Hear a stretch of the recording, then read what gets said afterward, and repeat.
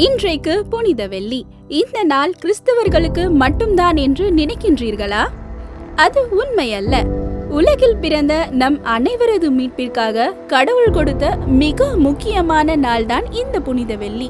தீமைக்கும் நன்மை செய், பகைவரையும் நேசி, துன்புறுத்துவோருக்காய் ஜெபம் பண்ணு, அனைத்து உயிர்களிடத்தும் அன்பு காட்டு என்று கூறினதோடு மட்டுமல்லாது அதனை தன் வாழ்வில் வாழ்ந்தும் காட்டி மனிதனின் வாழ்வு சிறக்க போதனைகள் தந்து அற்புதங்கள் பல செய்து சமுதாயத்தில் தள்ளப்பட்டவர்களை சேர்த்தணைத்து பசித்தவருக்கு வயிறார உணவளித்து பிணியாளிகளுக்கும் தெய்வீக சுகம் ஈந்து இறையரசை இவ்வுலகில் நிலைநாட்டிட அயராது உழைத்தார் அருள்நாதர் இயேசு கிறிஸ்து.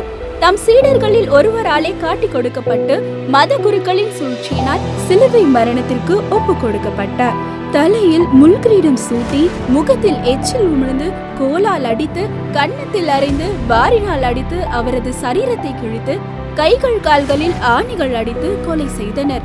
இயேசு சிலுவையில் தொங்கும் போது அற்புதமான 7 வார்த்தைகளை பேசி பின் உயிர் நீத்தார். உண்மையில் புனித வெள்ளி நமக்கு தரும் பாடம்தான் என்ன?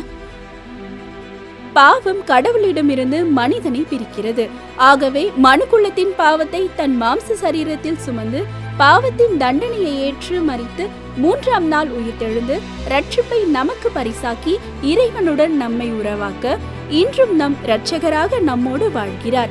இன்றே இயேசுவிடம் நம் பாவங்களுக்காக மனம் வருந்தி அதை அறிக்கை செய்து அவர் எனக்காகத்தான் மரித்தார் என்று விசுவாசித்து பாவ மன்னிப்பின் நிச்சயமாகிய ரட்சிப்பை பெற்று இப்புனித வெள்ளியில் புனிதமாவோம். அதற்காக என்னோடு சேர்ந்து இந்த பிரார்த்தனையை ஏறிடுங்கள். அன்பு நிறைந்த இயேசுவே, நீர் என் பாவத்திற்காக மரித்தீர் என்று முழு மனதுடன் விசுவாசிக்கிறேன். இப்பொழுதே என் பாவங்களை மன்னித்து உம் பிள்ளையாக ஏற்றுக்கொள்ளும்.